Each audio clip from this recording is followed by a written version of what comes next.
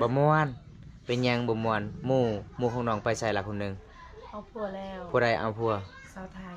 หลังจากที่รู้สึกไปเอาผัวปะแล้วเป็นไงน้องคิดฮอดบ่หมู่บ่คิดฮอดเนาะน่าสิเอาผัวคือกันมื้อใดยังบ่มีบ่น้องถ้ามีก็คืออยากได้คือกันเนาะเพราะว่าช่วงนี้ก็สิฮอดหน้าหนาวเด้ก็มีนะตั้งแต่สาวไทยเอาผัวสาวไทยเอาผัวนี่เขาดอง10ล้านเนาะเขาเจ้าจ่ายเนาะยังติดหนี้15ล้านเนาะแม่รวมทั้งหมด25ล้านกีบคันทามีคนมักฮักเจ้านี่เจ้าสิเอาเท่าไหร่แท้เขาดองเจ้าสำนักคือกันเนาะยามบ่ได้ผัวได้คันเอาแพงเด้นี่ได้คือกันบ่ได้สมมุติว่ามีผู้บ่าวมักฮักเจ้านี่เจ้าสิเอาปีนี้หรือว่าสิเอาปีหน้าปีหน้าก่อนเจ้าบ่ยันเฒ่าบ่น้องคันเอาปีหน้าเท่าก็เอาคนเท่าคือกันถ้าเท่าก็เอาคนเท่าคือกันเมื่อคืนนั้นสาวไทยเช็ดข่อยว่าเจ้าข่อยกินฮอดเจ้าใช่เช็ดหาข่อยแล้วว่ากินฮอดจนไห้แล้วเวลาเอาผัวนี่ก็คือน้องก็นุ่งทรงบ่ได้เนาะต้องนุ่งซิมอย่างเดียว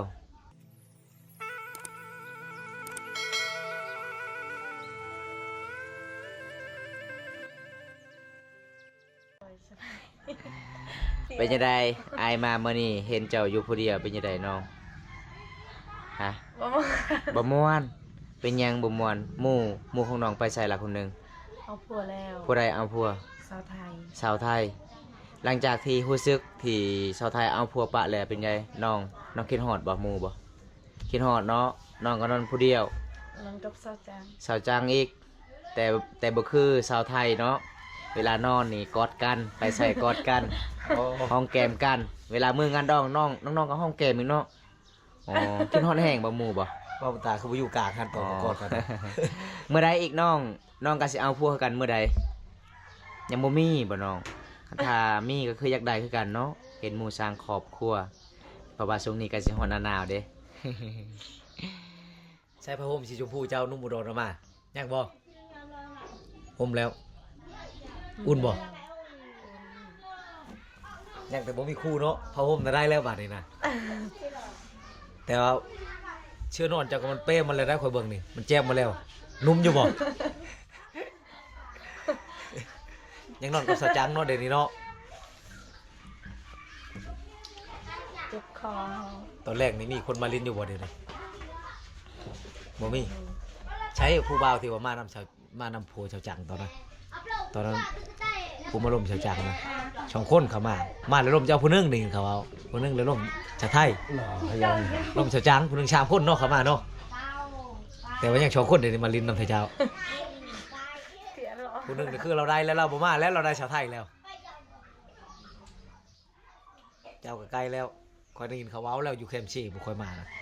เขาบอกคอยเขาเว้าชาโทสิเอาโพแล้วว่ะบ่มีนะมีนะจะไปนอนอยู่บ้านยังก็เหมือนนะบ้านชาวไทยเอาโพนะบ้านเล่าจะไปเจ้าก็นอนแล้วว่ะผู้บ่าวแขกเต็มแล้วเหมือนนะเนาะเขาเห็นผู้ชายโอ้หลายแล้วผู้บ่าวทั้งผู้บ่าวบ้านเล่าทั้งผู้บ่าวแขกมาแต่บ่อื่นบ่มีข้าก็นอนอยู่นอนช่วงหลายนี่บางคนนี่ได้ผัวเลยก็มีได้ต่อได้คือไปช่วงมั่วเอาผัวอะไรก็ไปนอนต้องได้นอนก่อนคืนนึงเนาะนอนแล้วก็มีผู้บ่าวมาล้มทึกใจเอาต่อเลยก็มีเจ้าบ่มีผู้ทึกใจมันนะเนาะเลือกหลายบ่ได้เลือกแต่ว่าบ่มีใครเอาเจ้าให้เจ้าเลือกเลยให้เจ้าบ่เลือกเจ้างาบวันนี้เจ้าได้ผัวแล้วว่าน่ะบ่ได้เลือก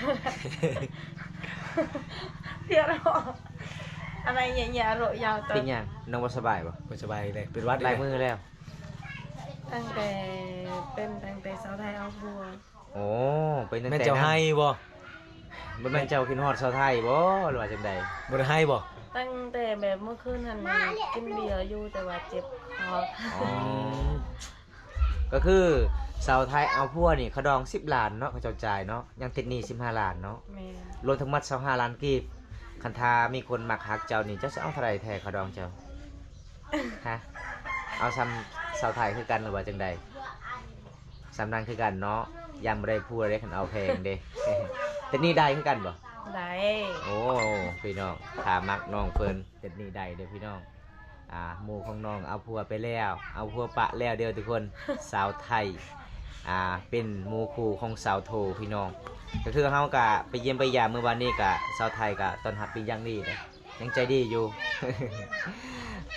ถ้าเจ้าเอาเพื่อมาหน้าเห็นอายแล้วก็คือบ่ปากบ่เว้าเลย บ่ ยังหาแพงคือเก่าเนาะ แม่ คันทามีคนมักนี่สมมุติว่ามีผู้บ่าวมักฮักเจ้านี่เจ้าสิเอาปีนี้หรือว่าสิเอาปีหน้า ปีหน้า ปีหน้าก่อนเจ้าบ่ยันเฒ่าบ่น้องคันเอาปีหน้า เอาเท่าก็เอาคนเท่าคือกัน ถ้าเท่าก็เอาคนเท่าคือกัน เจ้าเท่ามีผู้มักเลยจักปีแล้วก็เดี๋ยวนี้นะลืมแล้วถามแต่คนดนแล้วแต่วิดีโอก่อนจะคอยมาถ่ายผมจักปี 18 ปีเลยเนาะ 18 18แล้วสาวไทย ปีแล้ว 17 พอเอาโพแล้วเจ้ากับบานนี่ไรมันจะองค์ฮักบ่มือชาวไทยเอาโพนะกินเบียร์จนเจ็บคอนะองค์ฮักได้นอหมูเอาโพพาในก็องค์ฮักได้ขึ้นฮอดหมูได้กินเบียร์ได้ยอมใจเด้ เมื่อคืนนั้นชาวไทยเช็ดข่อยว่าเจ้าข่อยกินฮอดเจ้า ใช้ชาวไทยเป็นเอาโทรศัพท์มือนำ โทรศัพท์พวกของเรา เอา เราเช็ดหาข่อยเราว่ากินฮอดจนไห้แล้วว่า เป็นจังได๋เจ้าขึ้นฮอดลาวบ่เป็นฮอดจนไห้คือกันเมื่อวานนี้ลาวให้ได้ข่อยมาเยี่ยม ให้แต่คอยไปนะ คิดฮอดเจ้าคิดฮอดอีเม่เพิ่นว่าแล้วก็คิดฮอดทีมงานเฮาแน่ ก็ย้อนแบบนี้แหละบางคนนี่ก็เอาจากเอาบ้านเดียวกันได้บางคนก็มูเห็นหมูเอาบ้านนั้นก็เอาบ้านนั่นแหละคิดฮอดหมูเห็นหมูได้ผัวอยู่บ้านนั้นจะไปอยู่นำกันได้จังนำแม่นบ่ หลายไรจังนั้นก็มีแต่3 คน4 คนแล้วไปเอาอยู่แต่บ้านเราเพิ่นบ่แหละ เขาก็อยากได้คือกันแต่ว่าบ่มีขนาด มีไผมาก อยากได้แต่ด้นแล้วน่ะ เดี๋ยวได้แต่ดนเลยใช่ว่าปีหน้าสิเอา อยากได้ทางบ้านนั้นลาวหรือว่าอยากได้ผู้บ่าวทางพังไทยหรือว่าทางลาว บ่าวอุดรดิ ทางใดก็ได้ ทางใดก็ได้ บ่ชาโทษ ได้มากก็เอ ถามเด้บ่าวอุดรแล้วมาหาก้อนนึงเลยเป็นอะไรจิตใจยาวฮะเจ้าขึ้นแนวไหน บ่ได้เซ็นหากันเลยว่ากับ ว่าพังแน่เจ้าขึ้นแนวไหนเดี๋ยวนี้ อยู่ อยู่ จะมักเราอยู่บ่ได้ยินอ้ายเพิ่นเว้าต้องค่อยว่ามาหาเจ้าแล้วบ่คือจะเว้าในวิดีโอเราเว้าเจ้าเวลาถ่ายคลิปนี่เจ้าเว้ามักนั่นๆนี่บัดละมาหาแล้วเจ้าเมื่อนเฉยเราเจ้าบ่สนใจเราอะ บ่แม่นเนาะบ่กล้านะ กล้า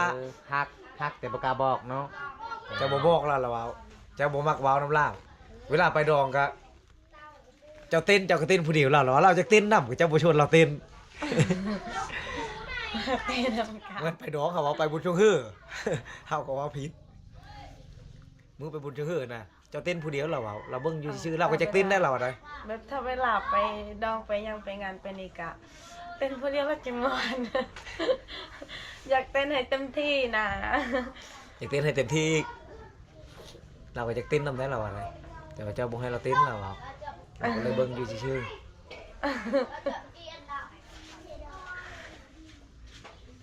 กินเบียร์แล้วก็เมาแล้วก็เต้นเราเอาอ้ายเพิ่นมื้อก่อนบ่มื้อน่ะบ่อ้ายเพิ่นมื้อก่อนก็บ่มื้อชงจักไปลงทางอยู่ไสแหละอ่ะเบิ่งเราอยู่แต่ไทยพวกเราก็ยังมื้อผู้เดียวเจ้าก็ยังป้าเรา เมาเลยนะเฮา กันค่อยๆองฮักแล้วมื้อนั้นน่ะขี่รถต่ำชาไฟแล้ว เฮาก็เมาแล้วเมื่อคืนนั้น เมาองฮักจากผู้เบา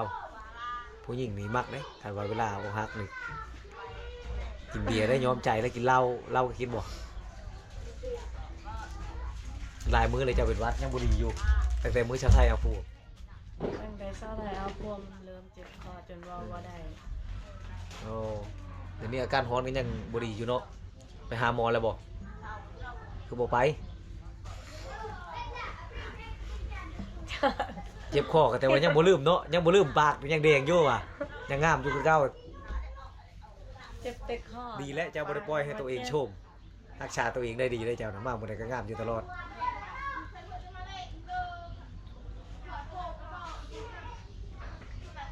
ใช้โทรศัพท์เจ้าค่อยต่อได้บ่ได้ฮอตสปอตเปิดฮอตสปอตให้ค่อยได้ โอ้ยแน่น บ่มีเน็ต ฮะ ค่อยมีอยู่แต่ว่าค่อยบ่มีสัญญาณโทรศัพท์ค่อยมันยาก เน็ตเบิดเลย โทรศัพท์รุ่นเก่าโอ้ยหน้าจอแตกมันเฮ็ดหมด 7 เฉด เล่นใช้บ่ได้เลยสิใช้งานบ่ได้เลยจำบนหนึ่งถึงบนหนึ่งถามมือตานี่เวลาตัดต่อคลิปรำคาญนี่ น่ะก็มันคือกลุ่มที่ล่างนะตา นั่นจ้ะ แบบอันกระเตาเร่งทางในแบก แสงเราเลยเลย มันแนวนั้น ข้างเลย ไอโฟนน่ะมันแนวนั้นมันฮ้อนแนวนั้นดูแล้ว เคยโพนันข้างอันข้างก็ลุ้นมวยเลย คือในรูป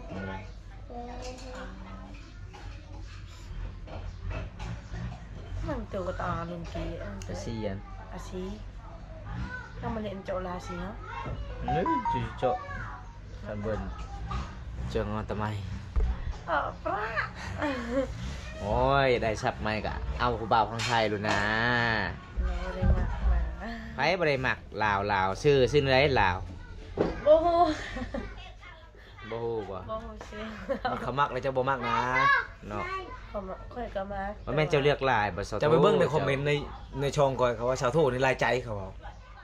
เขาได้ไล่ใจแต่ว่าบ่มีคนมาบอกว่ามักข่อยนะ อ๋อ บ่มีผู้ใดบอกน้องข่อยว่ามักข่อย บ่ทันมีผู้เว้าบ่ทันมีผู้บอกบ่ แสดงว่าน้องนี่คันเสื้อนี่ถ้าผู้ใดมักน้องนี่ต้องบอกเลยบ่ว่าคอยฮักเจ้าเด้อในนั้นจึงน้องเสื้อได้ แม่น อ๋อเอาพี่น้องเอ้ย คันอ้ายนี่เชื่อบ่ได้บ่อ้ายนี่บ่มักอ้ายโดดก้อนเลย คือหาก้อนนึงน่ะเอาบ่เราบ่บอก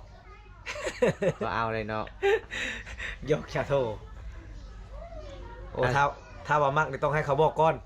เจ้ามักเจ้าก็บอกก่อนเลย บ่กล้า ไอ้ายบอกแล้วเหมือนนุ่มอุดรมาแล้วเจ้าจู่โจมโลกว่าอยู่บอกให้เรามือหนึ่งเนี่ยชองมาแล้วเจ้าบอกเราว่ามากโลด บ่กล้านะบ่ค่อยนะ มีแต่ผู้ชายบอกว่าคันมักแล้วก็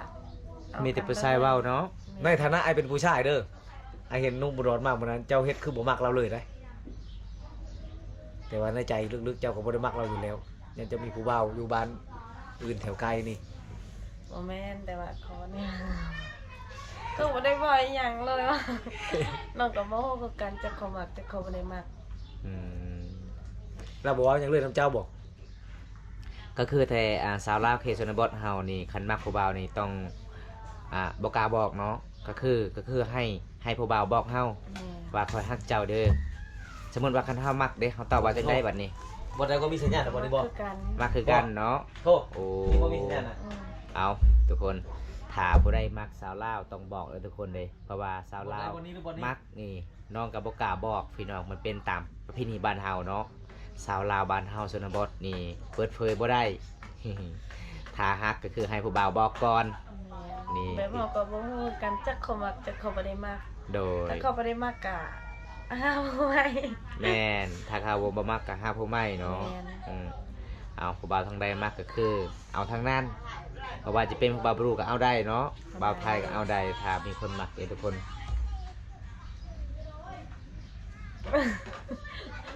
ชับนั่นชับไหม เหมือน มีอะไรซะทั่วไอมาเมื่อนี้กินข้าวกินน้ำบ่ กินแล้ว กินแล้วเนาะแต่บ่สบายกินฮอดเสาไทยนำ โอ้ยพี่น้องเอ้ยมาเมื่อนี้ก็ได้เห็นแต่สาวโททุกคนเลยหลังจากที่สาวโทเอาผัวแล้วเฮามาบ้านแกงลองกับบ่มีแล้วพี่น้องนางเอกที่อารมณ์ดีใจดีเด้อทุกคนเลยยังเหลือแต่สาวโทพี่น้องคนงามสาวสวยประจำหมู่บ้านทุกคนน้องเว้าว่าโสดอีกแล้วอายเอ้ยบ่มีคู่แล้วตอนนี้หมู่ก็ไปปะแล้วเอาผัวปะแล้วสาวไทยคดอง10ล้านเด้อทุกคนทางเจ้าบ่าวให้คดอง25ล้านแต่เต็นนี่15ล้าน จ่ายก่อน10ล้านเอาเพิ่นว่ามักฮักกันเรื่องเงินคำซ้ำแก่บ่สำคัญที่สุดก็คือใจเนาะสาวโทเนาะ บอมตากระดุนแล้วบ่ได้ไปเยี่ยมไปยามน้องมีแต่เฮาตอนเฮาไปส่งนางบ่ไปส่งสาวไทยเอาผัวเนาะตอนนั้นเนาะก็คือบอมตาก็บ่ได้นอนแล้วทุกคนเลยติดภารกิจหลายมีแต่ให้สาวโทนอนประมาณจักคืนนอนมื้อนั้น กัน คืนหนึงเป็นยังไงหมู่บ้าน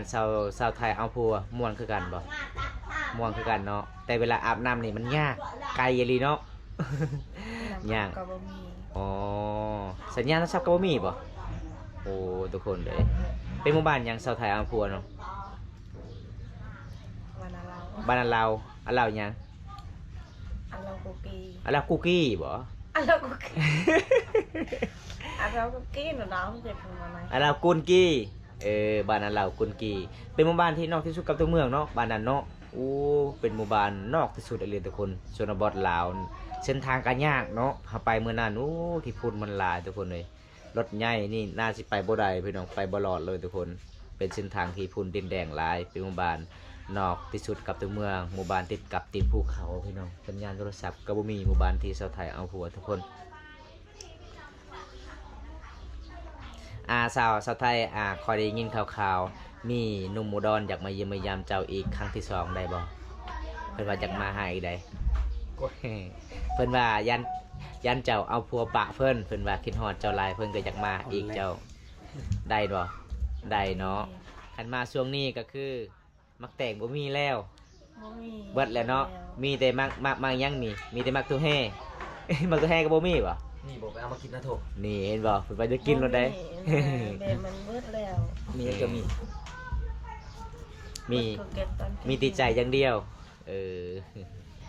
จะมีของดีเนาะมาวันนี้น้อยคอจะค่อยเห็น จะใส่หยังอยู่ในคอเจ้าสะโท มีของดี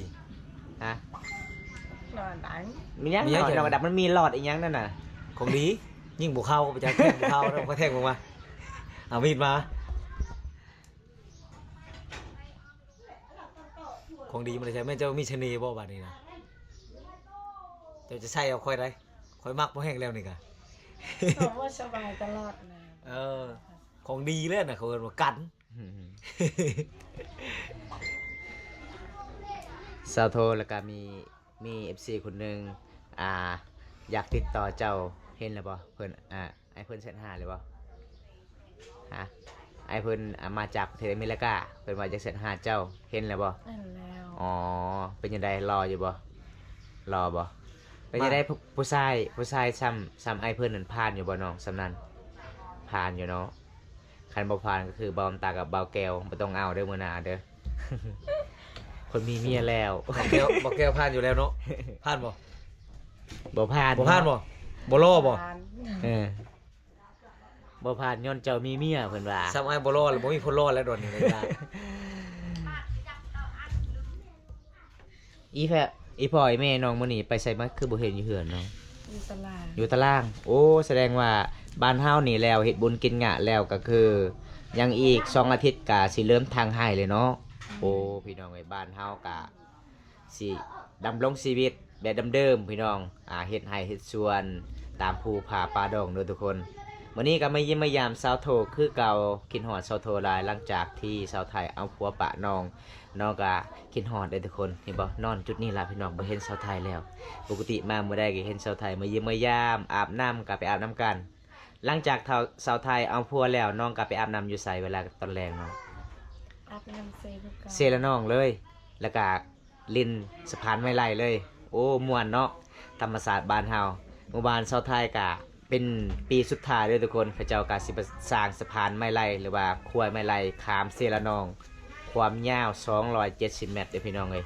ถ้าพอได้ยักมาปีนี้ก็คือได้เฮียนสะพานไม่ไล่เด้อทุกคนถามาปีหน้าก็บ่มีแล้วพี่น้องเอ้ยสะพานใหญ่เขาเจ้ากำลังสิสร้างมันก็สิเริ่มแล้วพี่น้องเอ้ย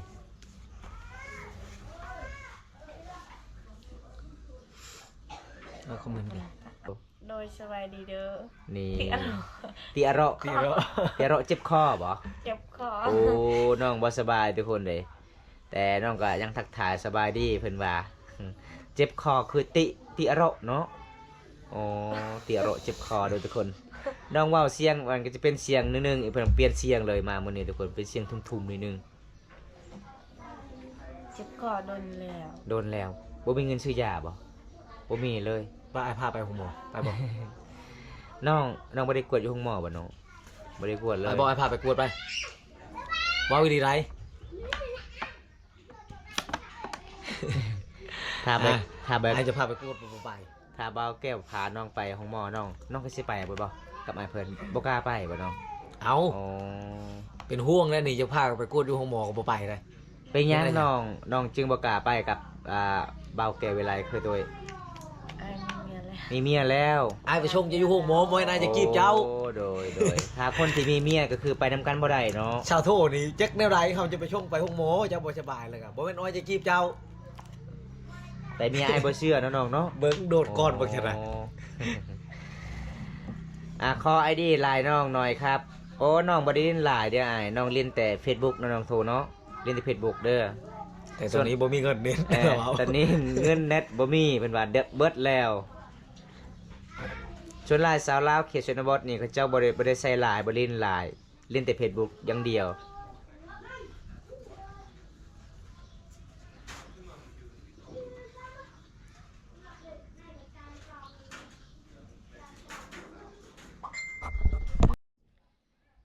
บ่สะโทษสมมุติว่าคันน้องเอาพัวนี่ถ้าอายมาเยี่ยมมายามโอกาสหน้า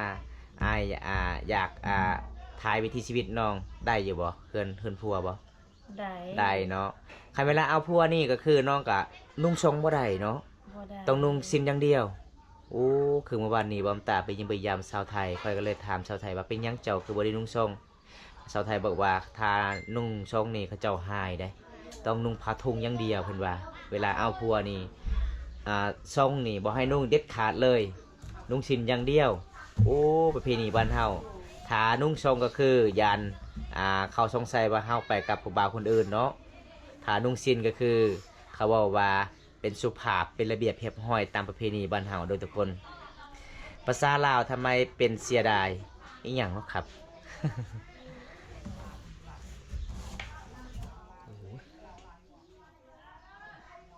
มาเมื่อนี้กับทีมงาน2คนคือเก่าทีมงานเฮาบ่สบายปานใดเด้อทุกคนเลย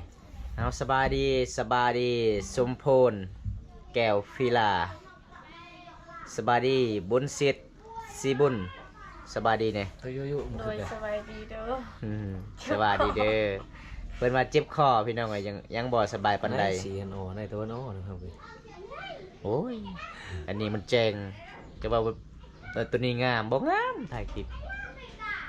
เป็นสีตัวเองสีธรรมชาติ มันบ่งาม เกินอันนี้ เวลามันออกทางวิดีโอมันมั่วได้นี่นะหลังจากไอมาเรียนมาแอนวันนี้ก็คือหมู่บ้านของน้องวันนี้เขาเจ้ากาสิเฮ็ดงานแต่งงานใหญ่เนาะไปชงเจ้าสาวไปเฮือนนี่พอไอแม่บ่โอ้ก็คือน้องก็ไปคือกันบ่น้องไปคือกันบ่เมื่อนี้หมู่บ้านน้องเขาเจ้าถือหยังมาไปกินอยู่พุ่น งัว มีงัวตัวหนึงไปนอนหรือว่าไปกลับ ไปนอน เนาะโอ้ประเพณีบ้านเฮาตรงนี้เนาะก็คือทางานแต่งใหญ่ของชาวไทยเขาเจ้าต้องไปนอนคือกันเนาะ ถ้าเรา อีหยัง ตั้งดาบแล้ว อีหยัง โด เนาะ นตะแกรงกิน โอ้คันทาทางหมู่บ้านเจ้าบ่าวถืองัวตัวหนึงก็คือไปนอน แม่น ถ้าถือแบ่ถือเตหมูกับไก่ก็คือไปกลับ แม่น โอ้แสดงว่าน้องมื้อนี้ก็ไปนอนบ้านอาลาอีกอ้าวมื้ออื่นกลับเนาะประเพณีบ้านเฮาต้องเป็นนี่ทุกคนเด้เพราะว่าชาวไทยกะสิบ่แม่นชาวไทยชาวโทกะสิไปส่งเจ้าบ่าวกับเจ้าสาวไปเฮือนอีพ่อไอ้แม่เนาะอีพ่อแม่เจ้าสาวเป็นตามประเพณีบ้านเฮางานแต่งงานทุกคนจะได้บอมตากะสิปิดไว้สำนี้ก่อนเด้อพี่น้องเอ้ยถ้าพอได้รับชมคลิปนี้แล้วก็อย่าลืมฝากกดไลค์กดแชร์กดติดตาม ฝากเป็นกำลังใจบอมตาและการซาโทเฮ็ดคลิปตอนต่อไปเมื่อนี้กับบุมีหยังหลายสิพา FC ได้สิถามข่าวๆเรื่องราวหลังจากสาวไทยเอาพัวปะน้องก็คิดฮอดหลายได้ สาวไทยก็คิดฮอดน้องโทรหลายเมื่อนั้นก็ไปเยี่ยมไปยามสาวไทยก็คิดฮอดสาวโทจุนไห้พี่น้อง แต่เฮ็ดจังได๋เพราะพี่นี่บ้านเฮานี่เวลามักฮักกันต้องไปอยู่บ้านผู้ชายเนาะต้องย้ายอยู่บ้านผู้ชายเด้อทุกคนบ๊ายบาย FC เด้อน้องเด้อไปก่อนบ๊ายบาย